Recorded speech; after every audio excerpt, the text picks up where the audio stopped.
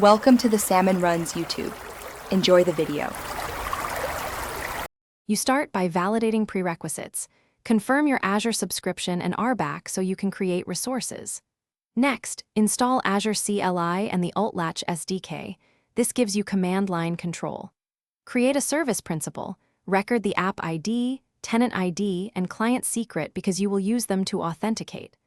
Once done, log into Azure CLI with AzLogin, set the subscription, and export credentials into environment variables so scripts can run without prompts. This gets you immediately to actionable setup. You now configure the Latch instance. Register the provider so the resource type is available, then enable the APIs it depends on. Use an ARM template or as deployment, create with a parameters file to deploy consistent settings. This ensures repeatable infrastructure. Once deployed, bind your service principal to the Latch role and set callback or redirect URIs for token exchange. Make sure to set permission scopes clearly, because least privilege prevents accidental overreach and simplifies audits. You finish by testing the end-to-end flow. Request tokens, call an API behind Latch, and confirm expected responses.